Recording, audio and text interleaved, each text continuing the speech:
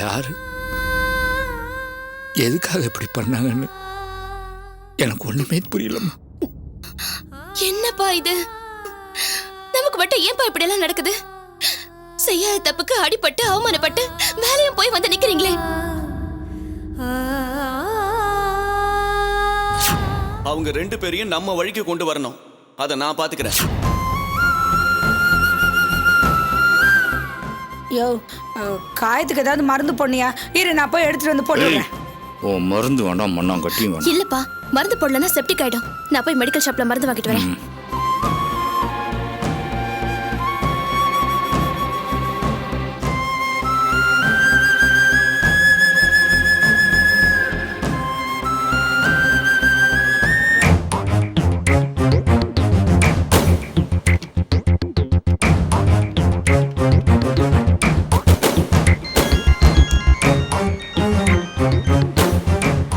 Hello.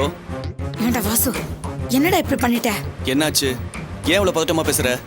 என்னடா இது? உங்க அப்பாவை ஹோட்டல்ல இருந்து வேலையை விட்டு தூக்குறதுக்காக அவருக்கு திருட்டு பட்டம் கட்டி அவரை அடிச்சு அவமானப்பட வச்சிருக்க. பின்ன அந்த ஆளு சும்மா வேலையை விட்டு அனுப்ப முடியுமா என்ன? அதான் நம்ம பசங்களை ரெடி பண்ணி அனுப்பி விட்டேன். அட பாவி, என்ன இருந்தாலும் அவர் உன் அப்பாடா. நாம அந்த மனுஷனை அவமானப்படுத்தலாம், திட்டலாம்டா. அடுத்தவங்களை வச்சு இப்படி அடிச்சு அவமானப்பட வச்சிருக்க. அவர் முகமெல்லாம் ஒரே ரத்த காயமா இருக்குடா. பாக்குறதுக்கே எனக்கு மனசு கஷ்டமா இருக்குடா. சும்மா இறக்கப்பட்டு இருக்காதம்மா. நீ தானம்மா கேட்ட அந்த ஆளு பழையபடி நம்ம கிட்டே வரணும்னு. அதுக்காக தான் இந்த ஏற்பாடெல்லாம். போன வை முதல்ல, எனக்கு நிறைய வேலை இருக்கு. என்னடா நீ?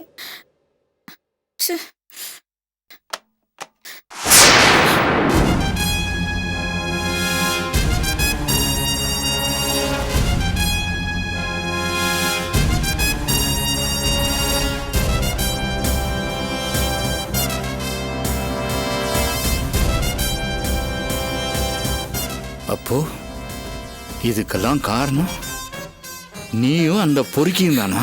இல்லையா, அது வந்து அவன் இப்படி பண்ணுவான். என்னடி இப்படி பண்ணுவான்னு தெரியாது. அஸ்கர், ஏண்டி என்ன அடிச்சு கொள்ற அளவுக்கு உங்களுக்கு துணிச்சல் வந்துருச்சு உங்களுக்கு? நீ எல்லாம் உயிரோட இருக்க கூடாது. நீ ஒரு பொம்பளையா? நீ செத்து போடி. நீ எல்லாம் உயிரோட இருக்க கூடாது. அடிக்கிறதா? அவளை அப்படியே கழிச்சு நினைச்சு கொன்னுடணும். ஹோட்டல்ல எனக்கு நடந்த அசிங்கத்துக்கும் அவமானத்துக்கும் இவளும் இவ பெத்த அந்த தருதலையும் தான் காரணம். என்னப்பா சொல்றீங்க? கொஞ்ச நேரத்துக்கு முன்னாடி யார் அவங்க, எதுக்காக அப்படி பண்ணாங்கன்னு தெரியாதுன்னு சொன்னீங்க. அப்ப சொன்னேன், அப்ப எனக்கு தெரியாதுதான். ஆனா அதுக்கெல்லாம் காரணம் இவளும் இவ பெத்த அந்த தருதலையும் தாங்கிறது இவ இப்ப அந்த போன்ல பேசும்போது என்கிட்ட கையும் களவுமா மாட்டிக்கிட்டான். அதெல்லாம் ஒண்ணும் இல்லையா. அந்த ஆளு வேலைக்கு போறதுனால தான் அவரு என்ன மதிக்க மாட்டேங்கிறான்னு அவங்கிட்ட சொன்னேன். ஆனா அதுக்காக இப்படி பண்ணுவான்னா கொஞ்சம் கூட எதிர்பார்த்து செஞ்சுட்டு வழக்கமா சொல்லுவேன். இந்த பாருடி, என் வேலையை கெடுத்துட்டதுக்காக நான் உங்க கூட வந்து ஒட்டிக்கிட்டு சேர்ந்துட மாட்டேன்டி. என் பொண்ணை எப்படி காப்பாத்துறதுன்னு எனக்கு தெரியும். நல்லா ஞாபகம் வச்சுக்கோ. நீ இந்த மாதிரிலாம் பண்றதுனால நம்ம உறவு ஒண்ணு சேராதிரி. ஒடிஞ்சதுதான். அதை எந்த சக்தியாலும் ஒண்ணு சேர்க்க முடியாது. ராணி வா.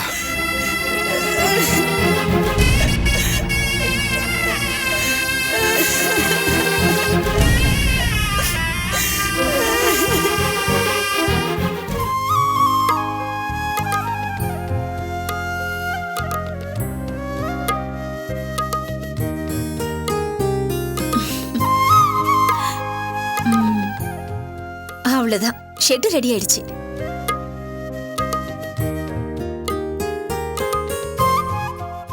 என்னாச்சு? ஏன் உங்க முகத்துல சந்தோஷத்தையும் நம்பிக்கையும் காணும்? எனக்கு என்னமோ இதெல்லாம் சின்ன பசங்க விளையாட்டு மாதிரி ஆயிடுமோன்னு தோணுது அர்ச்சனா. ஏன் உங்க மனசுல இப்படி எல்லாம் தோணுது? இன்னைக்கு ஆலமரமா வளர்ந்து நிக்கிற எத்தனையோ பேர் இந்த மாதிரி மரத்தடியில தொழில் செஞ்சுதான் முன்னேறி இருக்காங்க. முதல்ல மனசுல நம்பிக்கையை வைங்க.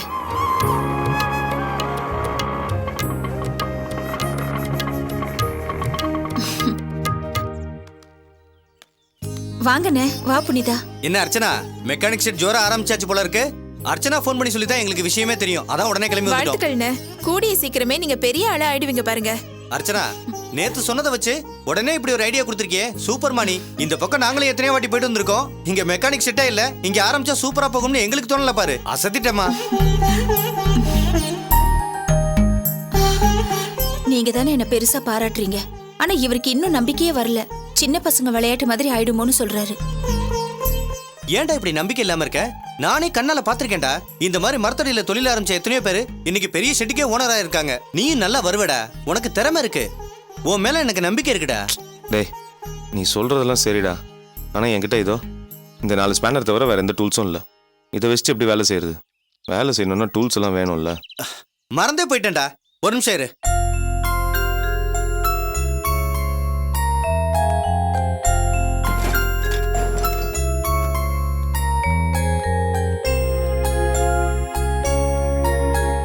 இந்தாடா டூல்ஸ். டேய் ஏதுடா அது? நம்ம பாஸ்கரன் நான் கொடுத்து அனுப்பிச்சாரா? பாஸ்கர் அண்ணா? ஆமாண்டா, நீ வேலை கட்டி ஷெட்டுக்கு போனப்ப அவரால் கொடுக்க முடியலன்னு அவர் ரொம்ப வருத்தப்பட்டாரு. இப்ப மரத்தடியில கடை போடுறேன்னு சொன்ன உடனே ரொம்ப சந்தோஷப்பட்டு இந்த டூல்ஸ் பாக்ஸ் உதவியா இருக்கட்டும்னு கொடுத்து அனுப்பிச்சாரா. டேய் இதே வேணான்னு சொல்லிடாத.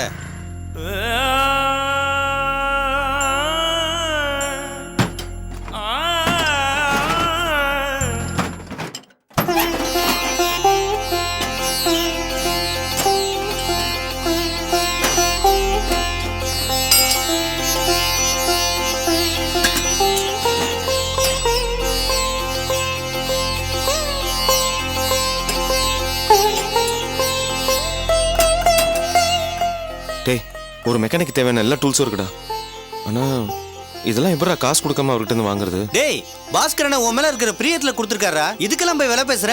பாத்தீங்களா, ஆரம்பிச்ச உடனே எல்லாம் நமக்கு தானா அமையுது. இனிமே நமக்கு எல்லாமே நல்லபடியா நடக்கும், நம்பிக்கையா இருங்க. அர்ச்சனா இந்தா இந்த காசை முதல் பொனியா வச்சுக்க. டே அதெல்லாம் ஒன்றும் வேணாம். ஏன்டா என் கையில வாங்கினா ராசி இருக்காதுன்னு பாக்குறியா? சே ஏன்டா அப்படிலாம் பேசுற? எந்த வேலையும் செய்யாம எப்படி காசை கை நீட்டி வாங்குறது? இப்போ உனக்கு வேலை செய்யணும் அவ்வளவுதானே. என் ஆட்டோல கிளட்ச் சரியா பிடிக்க மாட்டேங்குது, வந்து ரிப்பேர் பண்ணி கொடு வா. அப்ப சரி.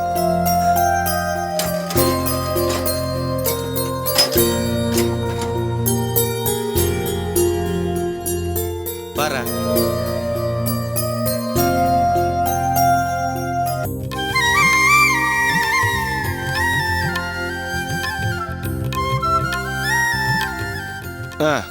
இப்ப சரியாச்சுடா. இந்தா இப்ப புடி. டேய் என்ன இருந்தாலும் இந்த வேலைக்கு 100 ரூபாய் ரொம்ப ஜாஸ்திடா. என்ன பொறுத்த வரைக்கும் இது ரொம்ப கம்மி. இந்த 100 ரூபாய் 1000 ஆகணும், 1000 10,000 ஆகணும், 10,000 லட்சம் ஆகணும். சரி வா. அர்ச்சனா எங்க கூட வா, போற வழியில உன்னை வீட்டுல விட்டு இல்லைண்ணா, போயிடும். நீங்க கிளம்புங்க. இன்னைக்கு முதல் நாள் இல்லையா, நான் கொஞ்ச நேரம் இருந்துட்டு வரேன். அதுவும் சரிதான். சரி வாங்க நம்ம கிளம்பலாம். அதெல்லாம் ஒண்ணு வேணாம். வாயும் வேறுமா இருக்கும்போது எதுக்கு என்னோட இந்த புழுதியில் உட்காந்துருக்க? நீ கிளம்பி வீட்டுக்கு போ. இல்லங்க, நான் கொஞ்ச நேரம் இருந்துட்டு போறேன். அதெல்லாம் ஒண்ணு வேண்டான்னு சொல்றல, கிளம்பி வீட்டுக்கு போ. அவன் தான் சொல்றான்லம்மா, வா போ. சரி வரேங்க. சரிடா வரோம்.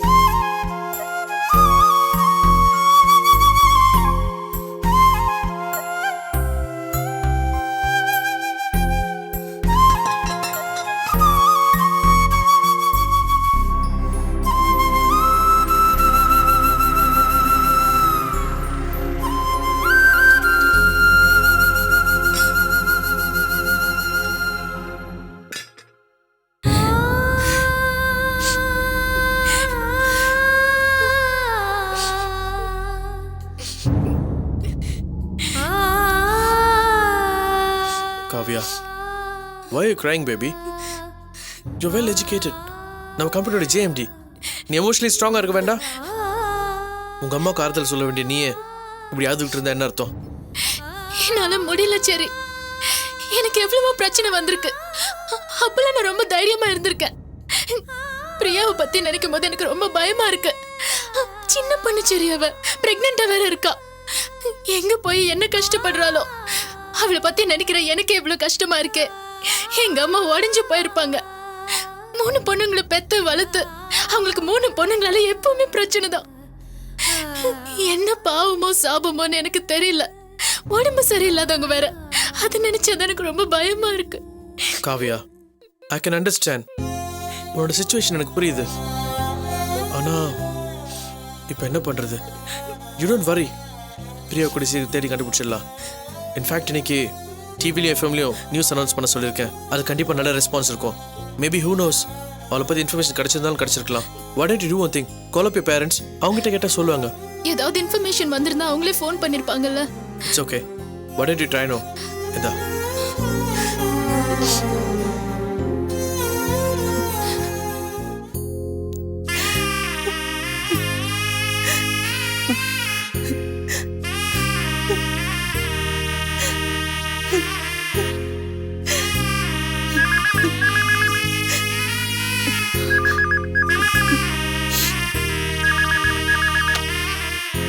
ஹலோ, நான் சுந்தர் பேசுறேன். வினோதா? ஆமா, நான் வினோத் தான் பேசுறேன். சொல்லுங்க சுந்தர். என்னப்பா இப்படி ஆயிடுச்சு? என்ன சுந்தர் சொல்றீங்க? உன் தங்கச்சி பிரியா காணாம போயிட்டாலாமே. இப்பதான் டிவில பார்த்தேன். பார்த்த உடனே பக்குன்னு ஆயிடுச்சுப்பா. அதுவும் கர்ப்பிணி பொண்ணுன்னு வேற சொல்றாங்க. என்னப்பா இந்த பொண்ணு இப்படி பண்ணிடுச்சு? ஏற்கனவே அப்படிதான் வீட்டு முன்னாடி உட்காந்து போராட்டம் பண்ணிச்சு. அப்புறம் மண்டபத்துல அந்த பையனை தூக்கி எறிஞ்சிட்டு போனது. உங்களை எல்லாம் தவிக்க விட்டுட்டு இப்ப வீட்டை விட்டே போயிருக்க. அந்த பொண்ணுக்கு என்ன பைத்தியமா? சரிங்க சுந்தர், ஏதாவது தகவல் தெரிஞ்சா சொல்லுங்க. வச்சிடறேன். யாருப்பா போன்ல? சுந்தர்ப்பா. பிரியா காணாம போன விஷயம் டிவில வருதான். இந்த படத்தில் உள்ள பெண் கடந்த சில தினங்களுக்கு முன் வீட்டில் தன்னை தேடினால் தற்கொலை செய்து கொள்வேன் என கடிதம் எழுதி வைத்துவிட்டு வீட்டை விட்டு சென்றுள்ளார். கல்லூரி மாணவியான இவர் தன்னை காதலித்து கர்ப்பமாக்கி ஏமாற்றிய காதலனை போராட்டம் நடத்தி மணமேடை வரை வரவைத்து தூக்கி எறிந்தவர். இவர் தற்போது 5 மாத கர்ப்பிணியாக உள்ளார். இவரது அம்மா இவரின் நினைவால் உடல்நலம் இல்லாமல் இருக்கிறார். இவரை பற்றி தகவல் தெரிந்தால் தொடர்பு கொள்ள வேண்டிய தொலைபேசி எண் 984177. டிவிக்கு யார் நியூஸ் கொடுத்திருப்பாங்க? சரி மாப்பிள்ள தான்ப்பா கொடுத்துருப்பாரு. அவர் தான் சொன்னார்ல, மீடியா பிரஸுக்கெல்லாம் நியூஸ் கொடுக்கறதா. ஏங்க இப்படி எல்லாம் பண்றதுனாலயாவது நம்ம பிரியா கிடைச்சிருவாளாங்க? கண்டிப்பா கிடைச்சிருவா சிவகாமி, நீ கவலைப்படாத.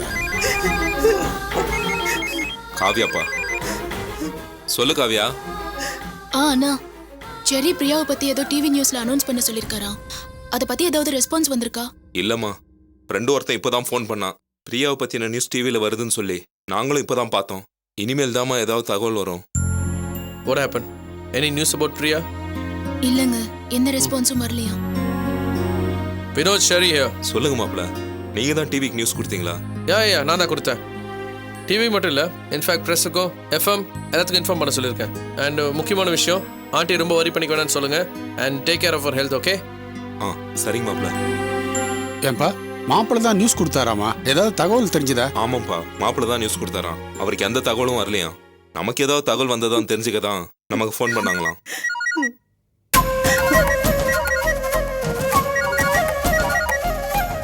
என்னப்பா வெளியூர் நம்பர் மாதிரி இருக்கு? அப்பா, பிரியாவை பத்தின போனா இருக்கும்பா, பேசுங்கப்பா. ஹலோ,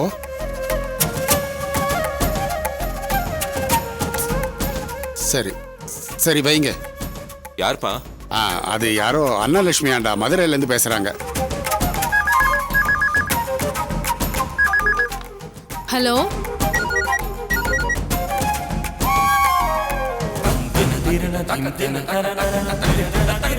சரி வச்சிருங்க. ஹலோ,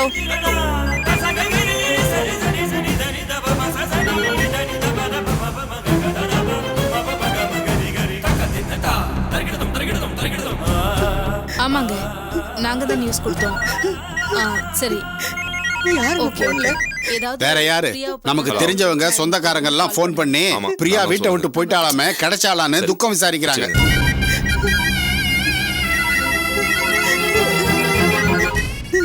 ஐயோ ஐயோ எல்லா போனையும் ஆஃப் பண்ணி தொலைங்க. வெந்த புண்ணுல வேலை பாத்துற மாதிரி எல்லாரும் ஒரே நேரத்துல போன் பண்ணி கேக்குறாங்களே. ஐயோ அழாதீங்கம்மா.